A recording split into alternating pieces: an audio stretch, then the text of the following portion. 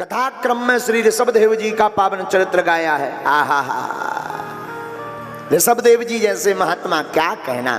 ये वही ऋषभदेव जी हैं जिनसे जैन धर्म का प्रादुर्भाव भया। ऋषभदेव जी महाराज से जैन धर्म हुआ। श्री ऋषभदेव जी महाराज परमहंस की गति पर पहुंच गए। अपने बड़े पुत्र भरत को राजपाट दिया। ये वही भरत जिनके नाम से हमारे देश का नाम भारत पड़ा। इन्हीं भरत में इतनी ताकत के बचपन में खेल खेल में ही ये सिंहों के दांत गिन लेते थे। ऋषभदेव जी महात्मा बन गए, अपने पुत्र भरत को राजा बना दिया। महात्मा बने तो सिद्धियां आने लगी। इन्होंने विचार किया कि अगर सिद्धियों को पकड़ेंगे तो लक्ष्य से भटक जाएंगे, क्योंकि मान बढ़ाई जब से आई लगन राम से छूटी, और स्वामी स्वामी सुनन लागे सो किस्मत उनकी फूटी। हाँ, जिस व्यक्ति की मान बढ़ाई आती है वो फिर उसी में फंस जाता। हमारे गुरुजी बहुत ऊंची बात कहते थे, आप लोगों के ज्ञान की बात है। जितना नाम बढ़े, जितना पद बढ़े, जितना पैसा बढ़े, उतना ज्यादा भजन बढ़ा देना चाहिए। अभिमान नहीं आएगा, विनाश नहीं होगा। हाँ, जितना नाम, जितना पद, जितना रुपया बढ़े, उतना ही भगवान का भजन बढ़ा देना चाहिए, माला बढ़ा देनी चाहिए। अभिमान नहीं आएगा, नहीं तो जल्दी स्वाहा। बोले का? बोले एक भय हते और टपक गए। हाँ, फिर भय थे में चले जाओगे। और अगर नाम पद और धन बढ़े और सत्कर्म करने शुरू कर दोगे, मानव सेवा शुरू करने लगोगे, तो फिर लोग कहेंगे एक ऐसे भी हैं। थे में और है में बहुत अंतर है। बोलो सीताराम।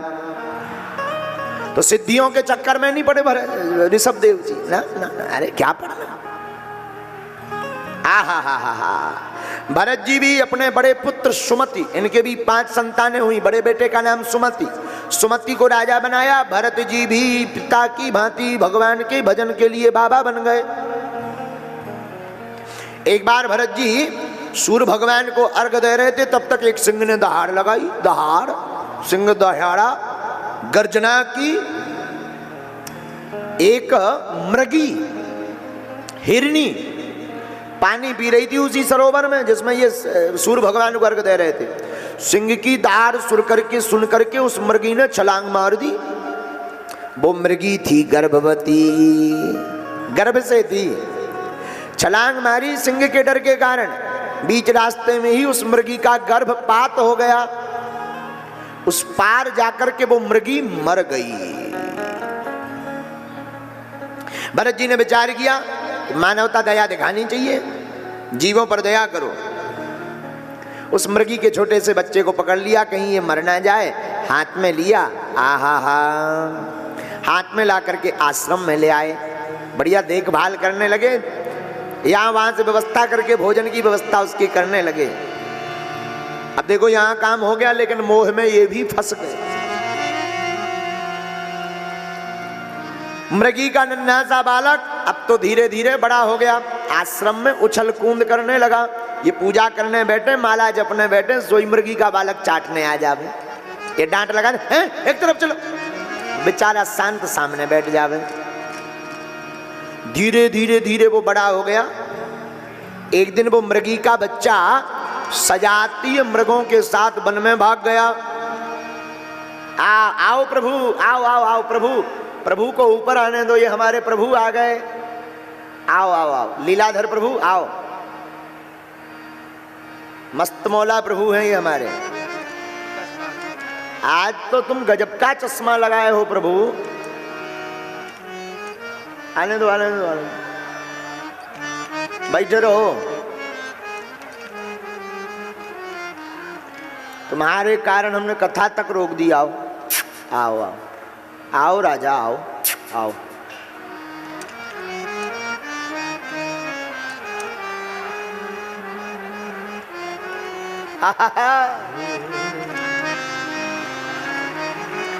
प्रभु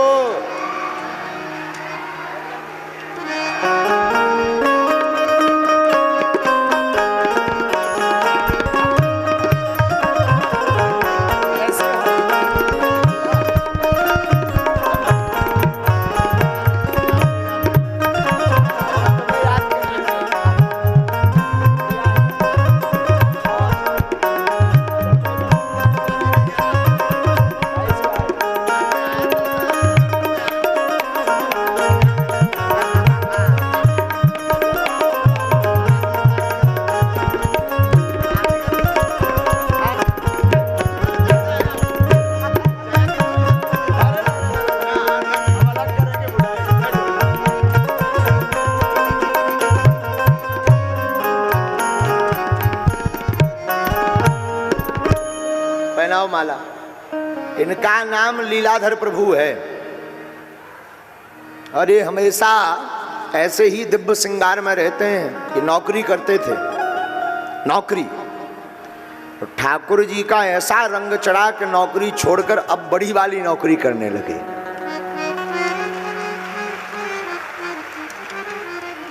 और ऐसे ही ये दिव्य श्रृंगार कर, देखो क्या गजब का चश्मा वस्मा लगाए। नौकरी में ये ठाट बाट थोड़ी होते। और प्रभु एक बात और है, बागेश्वर धाम की कथा सिर्फ तुम्हारे लिए रुकती है, बाकी नौकरी वालों के लिए नहीं रुकती है। ओ, ये गजब के लीलाधर प्रभु। मेरे गुरुवर तेरी नौकरी सबसे बढ़िया है, सबसे खरी। ओ मेरे गुरुवर तेरी नौकरी सबसे बढ़िया है, सबसे खरी। मेरी तनख्वाह भी कुछ कम नहीं, कुछ मिले ना मिले कम नहीं। मेरी तनख्वाह भी कुछ कम नहीं, कुछ कम नहीं। मेरी तनख्वाह भी कुछ कम नहीं, कुछ मिले ना मिले कम नहीं। ऐसी होगी नहीं दूसरी गुरुदेव, ऐसी होगी नहीं दूसरी। क्या? सबसे बढ़िया है, सबसे खरी। ओ मेरे गुरुवर तेरी नौकरी सबसे बढ़िया है, सबसे खरी। तो भरत जी उस मृगी के बच्चे को उठाकर ले आए आश्रम में। एक दिन वो बड़ा होकर सजातीय मृगों के साथ भाग गया। पूरे वन में भरत जी ढूंढते रहे, नहीं मिला। जब नहीं मिला, उस मृगी के शावक के वियोग में ही प्राण त्याग दिए। तो दूसरा जन्म किसका हुआ? बोले दूसरे जन्म में ये भी मृग बने। अंते यामति सागति। आप जिसका चिंतन करते करते मरोगे, आपका दूसरा जन्म भी वही होगा। लेकिन दूसरे जन्म में ध्यान रहा, इसलिए फंसे नहीं। तो जल्दी ही दूसरा जन्म पूरा हो गया। तीसरा जन्म एक ब्राह्मण के घर पे मिला, ब्राह्मण बने। बचपन से ही उल्टे। तो पिताजी ने नाम रख दिया जड़ भरत। क्या नाम रखा? जड़ भरत। आहा। पिताजी कहे बेटा सत्यनारायण बाँचो, तो ये जानते तो सीधी थे, बाँच उल्टी देते थे। पिताजी कहे गायत्री मंत्र पढ़ो, पढ़ते तो जानते तो सीधा थे, पर पढ़ उल्टा देते थे। इसलिए पिताजी ने नाम ही रख दिया, बड़ा जड़ है जा, तेरा नाम जड़ भरत है। बोले क्यों? बोले अगर सत्यनारायण में बसेंगे तो कल रामायण कहेंगे। लो पिताजी के रामायण पढ़ो, रामायण पढ़ ली तो पिताजी कहेंगे बेटा भागवत बाँचो, भागवत बाँचेंगे तो पिताजी कहेंगे ब्याह कर लो। आफत हो जाएगी, माया में फंस जाएंगे। इसलिए न रहे बीन न बजे बांसुरी, बोलो सीताराम। पढ़ाई नहीं। चार भाइयों में सबसे छोटे जड़ भरत जी। पिताजी तो चले गए जल्दी। अब भाभियां इनसे बड़ी नाराज, क्योंकि काम के ना धाम के दुश्मन अनाज के। करते धरते कुछ नहीं, दिन भर पाते हैं और सीताराम भजन करते हैं।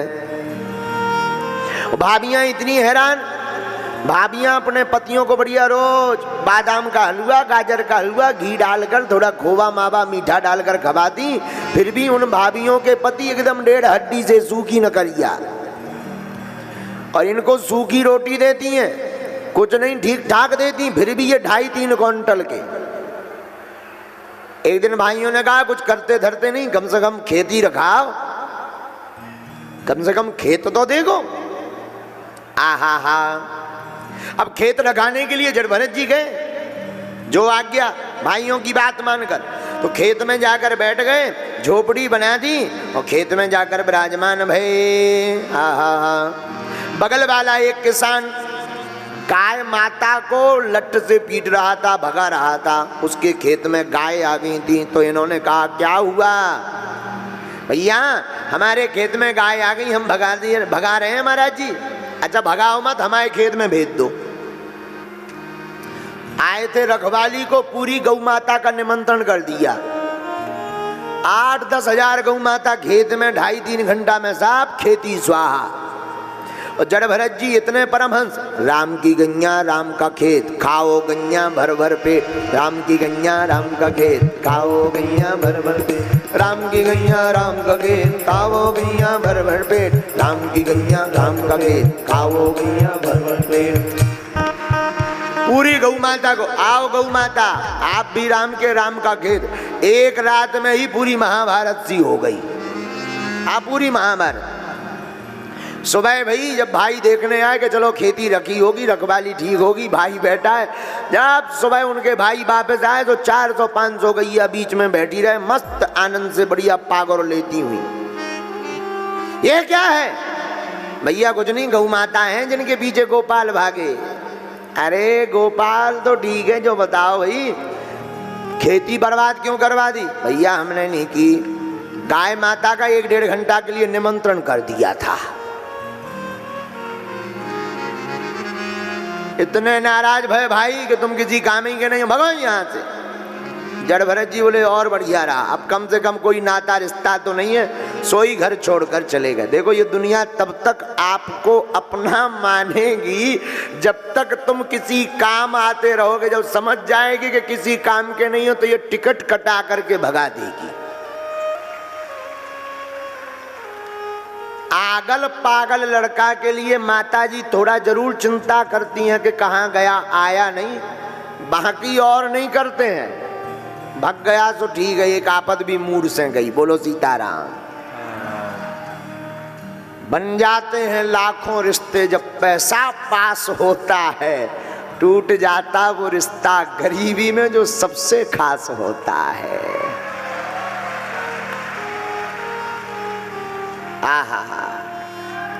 अब तो परम विवेकी श्री जड़ भरत जी महाराज पैदल चलने लगे मस्त। मुझे मेरी मस्ती कहाँ लेके आई, मुझे मेरी मस्ती प्रभु जी कहाँ लेके आई। जहाँ मेरे अपने सिवा कुछ नहीं है, जहाँ मेरे अपने सिवा कुछ नहीं है, मुझे मेरी मस्ती वहाँ लेके आई। मुझे मेरी मस्ती वहाँ लेके आए। तो जड़ भरत जी महाराज मस्ती में मस्त। उसी समय एक चोरों के सरदार के कोई संतान नहीं हो रही थी, तो उसने काली माता को मन्नत की कि अगर संतान होगी तो हम एक मानव की बलि चढ़ाएंगे।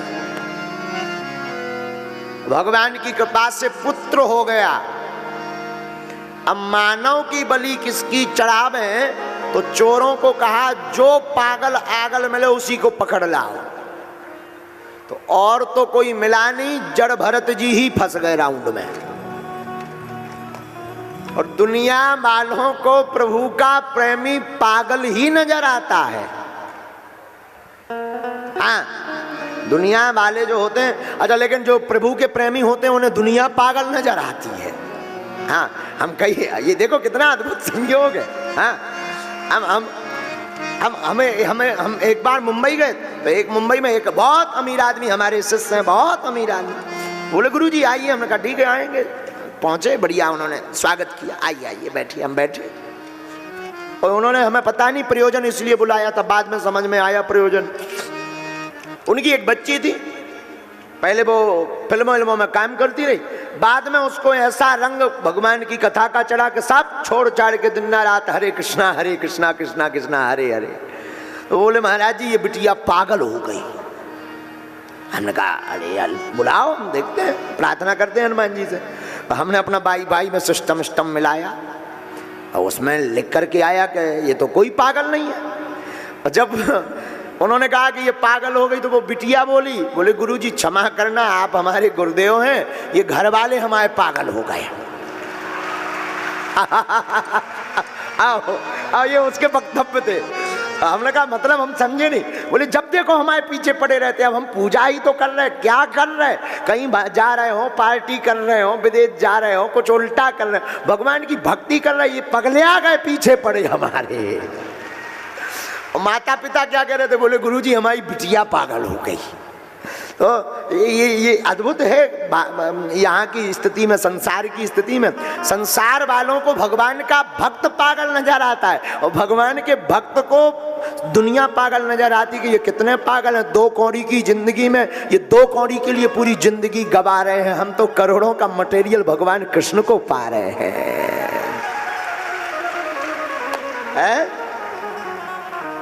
भक्त ऐसे होते हैं। जड़ भरत जी प्रायः पागल नजर दिखे पर थे नहीं, तो चोरों ने जो है जालाल डाला कि चलो हमारे साथ। जड़ भरत जी बोले चलो, लिबा गए, बढ़िया चकाचक रबड़ी मालपुआ खवाया। तो जड़ भरत जी ने कहा कि बड़ा स्वागत हो रहा है, आज तक नहीं हुआ, घर में नहीं हुआ इतना तो स्वागत। और एक बात बड़ी वैदुष्य पूर्वक हम आपको निवेदन करें, भगवान के 2 मुख हैं। कितने मुख हैं? 2। कौन कौन? एक अग्नि मुख, दूसरा ब्राह्मण मुख। अग्नि मुख में होता है स्वाहा, ब्राह्मण मुख में होता है आहा। तो जब घी से लपलपाता हुआ बढ़िया चकाचक मालपुआ ब्राह्मण के मुख से होते हुए पेट में जाता है, और जब ब्राह्मण अपने उदर पर हाथ फेर कर कहते हैं आहा, तो किसी ने भगवान से पूछा कि आपको कौन सा मुख प्रिय है, स्वाहा की आहा? भगवान बोले जो आनंद आहा में है वो उतना स्वाहा में नहीं है। हाँ, ये हम नहीं कह रहे हैं, वेद कह रहा है। श्लोक पढ़िएगा, ब्राह्मणोस मुखमासीद बाहु राजन्य कृता उरु तदुद्वैस्या पदाभ्याग शूद्रो अजायता। वेद का मंत्र है। भगवान कहते हमारा एक मुख ब्राह्मण है और एक मुख अग्नि मुख है। तो जब जड़ भरत जी को चकाचक घी से लपलपाता हुआ मालपुआ पवाया, तो जड़ भरत जी बोले आहा। तो फिर धीरे से चोर बोले कुछ देर में होगा स्वाहा, क्योंकि बलि चरनी है तुम्हारी। बोले इसीलिए मालपुआ खवा रहे, तो बोले क्या फ्री में खवा रहे? जैसे मालपुआ तुम लपालप 20-25 सटका गए, वैसे ही गला कटना है। जड़ भरत जी ने विचार किया, चूंकि जड़ भरत जी ब्रह्म ज्ञानी, नैनम छिंदति शस्त्राणि नैनम दहति पावका न चैनम कलेद्यन्त्यापो न सोख्यति मारुतः। आत्मा को न कोई काट सकता, न मार सकता, न जला सकता, न कोई बहा सकता। माया मरी न मन मरा, मर मर जाए शरीर, आशा तृष्णा ना मरी, कह गए दास कवि।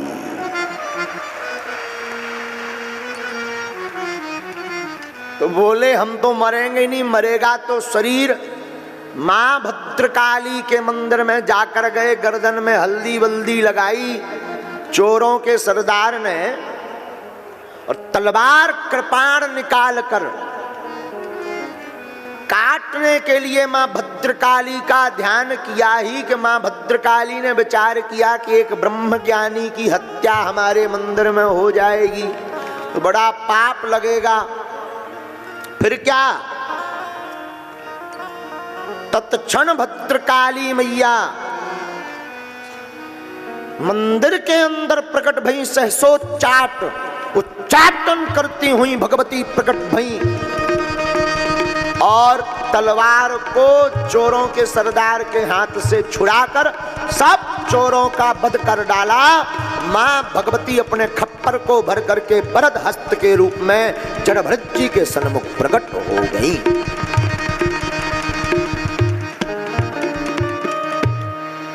कहिए कैसे हैं? जड़भरत जी कहे मां कुपुत्रो जायते, आपकी कृपा है, बस प्रणाम किया, ब्रह्मज्ञानी संत हैं। आगे राजा रहुगण को उपदेश दिया। इस कथा का आशय भागवताकार ने क्या कहा भागवत में? एक मृगा के संग ते भरत धरी मृग दे, और तुलसी उनकी कौन गति, जो घर घर करत स्नेह है। कितनी अच्छी बात लिखी। एक मृग के संग के कारण मृग का चिंतन करते करते भरत जी मरे तो दूसरा जन्म मृग का होना पड़ा। अब तुलसीदास जी कहते भैया अब उनकी क्या गति होगी जो घर घर इलू इलू कर रहे हैं, जो घर घर प्यार कर रहे हैं, उनकी क्या गति होगी? अरे बोले उनकी गति नहीं, उनकी दुर्गति होगी। गति नहीं, दुर्गति।